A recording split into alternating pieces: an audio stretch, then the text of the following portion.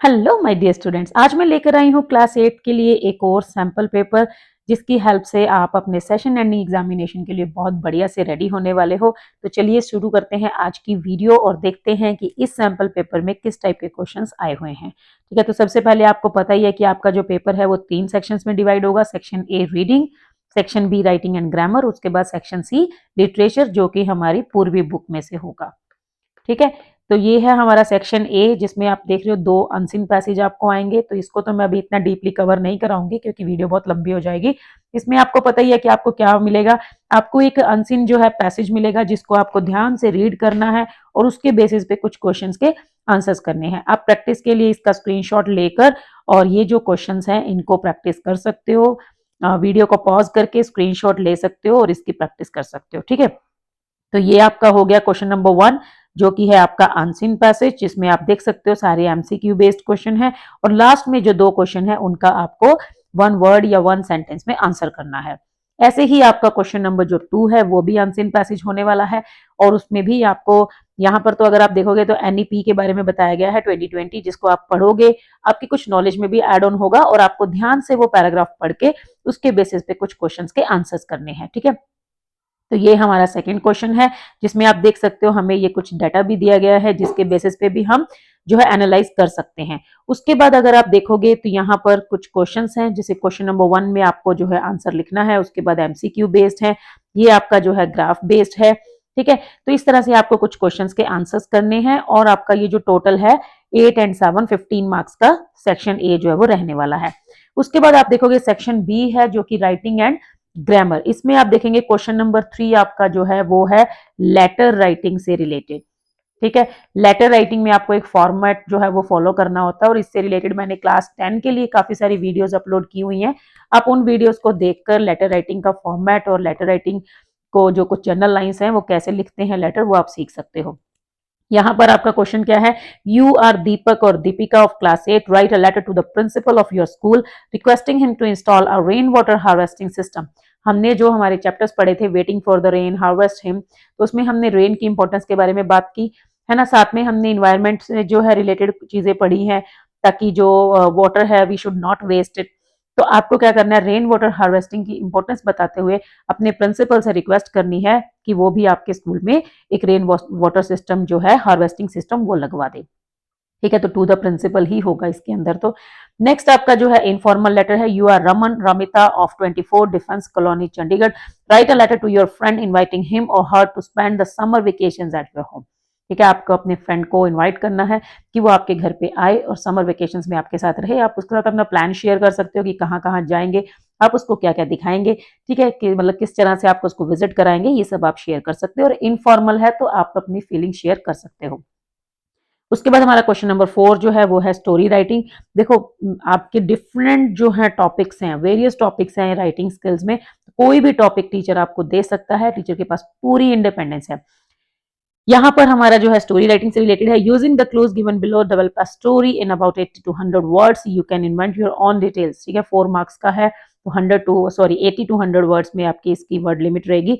Story क्या है इसकी आपको कुछ आउटलाइन दी हुई है, क्लूज दिए हुए हैं, उसके बेसिस पे आपको स्टोरी कंप्लीट करनी है। The clever rabbit and the cruel lion. ठीक है, क्लूज हैं, a cruel lion in the jungle, animals frightened and unhappy, animals hold a meeting, plan to send one animal daily, turn of a clever rabbit, rabbit reaches late on a purpose, tricks the lion near a well and lion jumps into the well। ठीक है, आपको इसमें खुद की details add और करनी है, आपकी खुद की क्रिएटिविटी है, खुद की इमेजिनेशन है, आप जैसे चाहें इस स्टोरी को जो है प्रेजेंट कर सकते हो। ऐसे ही आपकी जो नेक्स्ट स्टोरी है, begin the story with the starting lines. यहाँ पर कुछ स्टार्टिंग लाइंस दी गई हैं। It was about 11:30 PM in the night, I was returning home from a marriage party, the night was quite dark, roads of my small town seemed to be sleeping silently, suddenly I saw awe।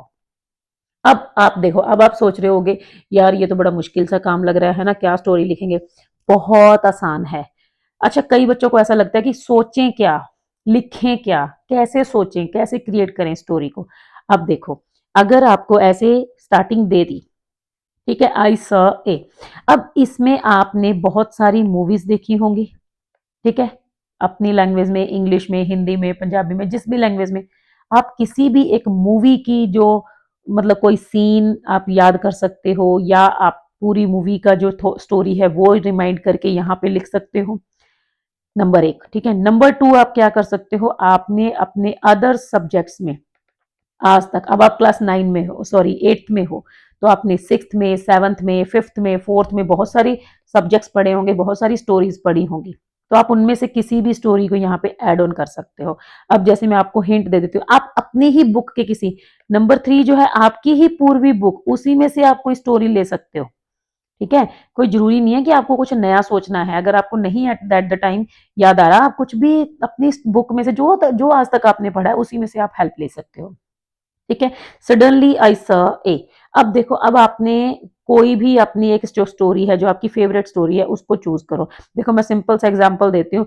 मान लीजिए मुझे यहाँ पर greedy dog मेरे को story आती है, ठीक है। मान लीजिए मैंने ये ग्रीडी डॉग क्लास 5 से पढ़ी है और मुझे आज तक अच्छे से याद है, बिल्कुल रट्टा लगा हुआ है, तो मैं इसको भी तो इसमें यूज कर सकती हूँ, ठीक है।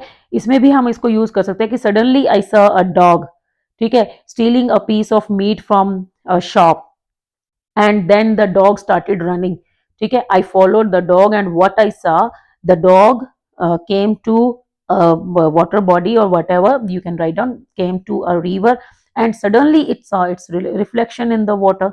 या फिर आप सिंपल जो है किसी और चीज के साथ इसको कोरिलेट कर सकते हो, या आप इसमें जैसे है डॉग के साथ कोई और एनिमल एड ऑन करके कर सकते हो, ठीक है। हालांकि चलो अच्छी बात है, कुछ नया सोचो, लेकिन अगर बिल्कुल दिमाग में कुछ नहीं आ रहा तो आप इस तरह से कोई भी स्टोरी ऐड ऑन कर सकते हो। जैसे पूर्वी बुक में से पहले हमने ब्रिज कोर्स पढ़ा था, उसमें रंजी वाली स्टोरी थी, आप वो यहाँ पे ऐड ऑन कर सकते हो। या हमने द वाइट एलिफेंट पढ़ी, वो आप ऐड ऑन कर सकते हो।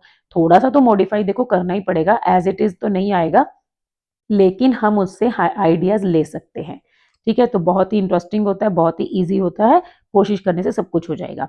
उसके बाद ये हमारा जो क्वेश्चन है ये ग्रामर से रिलेटेड है। So do as directed, state whether the underline words are gerunds or participles. आपको बताना जेरंड है या पार्टिसिपल है। Shekhar avoided talking about the weekend plans, यहाँ पर जो टॉकिंग है वो जेरंड है, क्योंकि ये आईएनजी है लेकिन एक नाउन का काम कर रही है, ठीक है, वर्ब नहीं है, नाउन का काम कर रही है, इसीलिए ये जेरंड है। नेक्स्ट है he has composed a beautiful, यहाँ पर आ जाएगा piece of music in order to bring, यहाँ आ जाएगा पीस, ये शांति वाला और ये टुकड़े वाला स्लाइस वाला। Dash friends helped him when he was in trouble, ठीक है। मच फ्रेंड्स भी आ सकता है, लेकिन मच फ्रेंड्स नहीं आ सकता, सॉरी, ये क्योंकि फ्रेंड्स जो है वो काउंटेबल है। The few friends helped him when he was in trouble, ये ठीक है, लेकिन द लिटिल और एवरी तो नहीं आ सकता, लेकिन यहाँ पे मुझे लगता है अ फ्यू ज्यादा बेटर है, ठीक है। A few friends helped him when he was in trouble. Every mother loves her children affectionately, ठीक है। सो लव्स हर चिल्ड्रन आ जाएगा। नेक्स्ट है हमारा, इसमें हमें वर्ड्स कंप्लीट करने हैं। Give one answer to the following, to not allow something that is forbid, उसके बाद take hold of something suddenly and forcibly that is a seize. Next is antonym of shelter that is unprotected, right. उसके बाद हमारा section C आ जाता है, जो कि हमारा पूर्वी बुक से रिलेटेड है। इसमें आप क्वेश्चन नंबर 7 देखोगे, एक्सट्रैक्ट बेस्ड क्वेश्चन है। एक्सट्रैक्ट जो है वो है हमारा हार्वेस्ट हिम में से, Lord of the rainbow, Lord of the harvest. तो यहीं से आपको याद आना चाहिए कि ये हमारी पोएम है हार्वेस्ट हिम, ठीक है। अब नेम द पोएम, सबसे पहले आपको पोएम का नेम देना है और 1 नंबर आपको मिल गया। What qualities of God are highlighted, क्या क्वालिटीज बताई गई है, great and beneficent.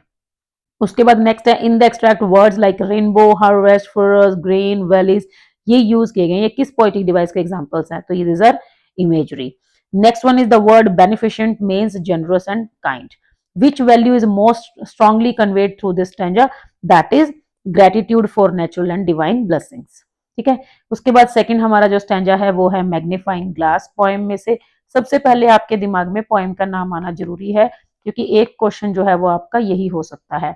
I lie in wait and watch how the डेथ spider jets the woven web silk from his spinrits। Question है from which poem these lines have been taken, so this is magnifying glass.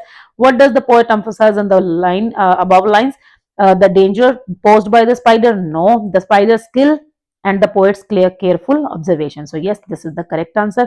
What is the main idea conveyed in the above lines? The poet is observing the spider's skill in weaving its web, ठीक है। Afraid of या dangerous या wants to catch the spider, ये तीनों wrong है और ए जो है वो हमारा करेक्ट आंसर है।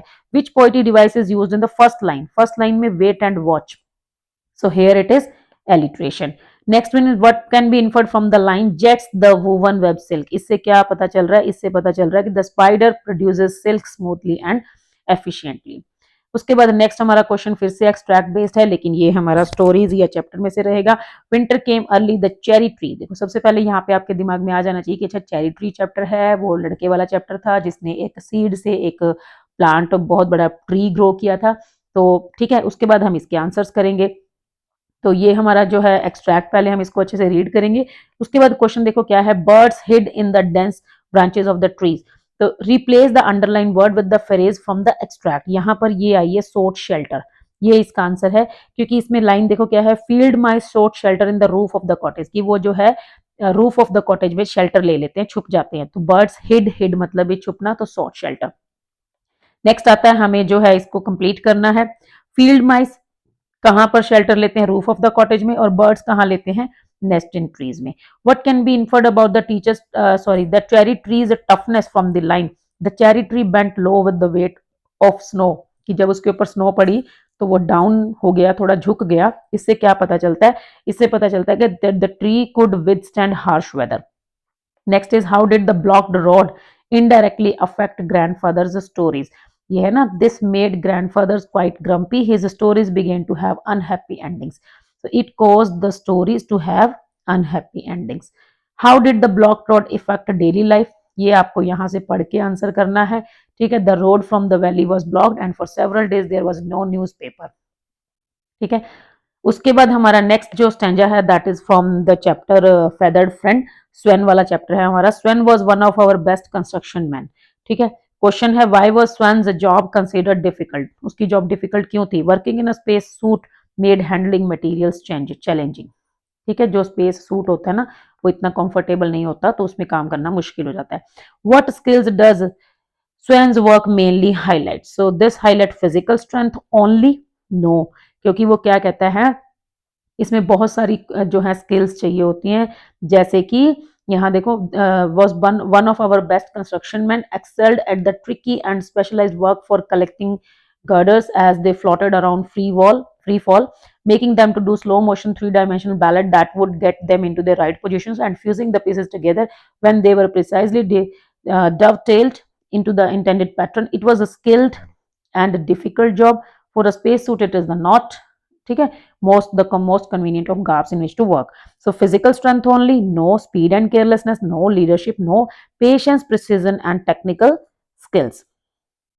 ठीक है, it was a skilled and difficult job, right? उसके बाद next आता है during the festival seasons people wore colorful outfits को हमें replace करना है, so the word is garbs. Next one is a Swan construction work, astronaut, space exploration. Next one, a session reason based है. Swan's skill mainly highlights physical strength, या handling girders in space requires more precision than strength. So A is false and R is true. Next हमारे कुछ short जो question answer हैं 2 marks के हैं, ये आपके चैप्टर्स में से होंगे। आप अच्छे से इनको पढ़ेंगे। अगर आप देखेंगे यहाँ पर आपको पोएम्स के नेम भी मिल सकते हैं। दोनों पोएम्स के जो आंसर हैं वो इसके अंदर आ गए हैं। अगर चैप्टर भी पूछा होता तो ये रहा द चेरी ट्री। ठीक है, तो ये आप ध्यान से क्वेश्चन पेपर अपना रीड करके कुछ क्वेश्चन के आंसर्स भी आपको मिल सकते हैं। तो ये हमारे क्वेश्चन आंसर हैं। लास्ट हमारा जो क्वेश्चन होता है वो मैंने आपको पहले बताया था, सीबीटी कॉम्पिटेंसी बेस्ड या फिर सीसीटी जिसको हम कह सकते हैं creative and critical thinking based. ठीक है, तो discuss the theme of human dependence on nature. Waiting for the rain के अंदर जो वेलू था वो रेन की वेट कर रहा था, क्योंकि बिना रेन के अर्थ जो है वो काफी सूखी हो गई थी। और उसके अलावा क्या था, मतलब अर्थ में काफी सारा जो न्यूट्रिशन था वो कम हो गया था और बिल्कुल ड्राई हो गई थी। और वो उसको अगर फसल उगानी थी तो भाई उसको रेन चाहिए थी। ठीक है, तो ऐसे ही जो ह्यूमन होते हैं वो रेन पे ही डिपेंड होते हैं बहुत सारे कामों के लिए, तो हमें उसके बारे में बताना है। ठीक है, उसके बाद नेक्स्ट आता है how did Vibha Chaudhary's pioneering work in physics challenge societal norms. देखो मेल डोमिनेटेड था फिजिक्स में काम करना, फिजिक्स पढ़ना, उसने पढ़ाई भी की और साथ में सोसाइटी के जो नॉर्म्स थे उनको भी जो है वायलेट करने की कोशिश की, मतलब उनको तोड़ा, उनको विमेन को उसमें जगह दिलवाई। ठीक है, चैलेंजेस को भी फेस किया and pave the way for future women scientist in India. लेकिन हाउ, कैसे किया उन्होंने? ठीक है, तो ये आपको बताना है। अगर आपने चैप्टर ध्यान से पढ़ा होगा तो आप इसका बड़े आराम से आंसर बता सकते हो। और बहुत ज़्यादा इसमें कुछ जो है आउट ऑफ द बॉक्स नहीं है, चैप्टर से ही रिलेटेड है। ठीक है, तो ये था आपका एक सैम्पल पेपर। आई होप आपको इससे काफ़ी हेल्प मिली होगी और आपको बड़े अच्छे से जो अपना एग्ज़ाम आप दे पाओगे। Right, so all the best for your exams. मिलते हैं नेक्स्ट वीडियो में। Thank you, bye bye.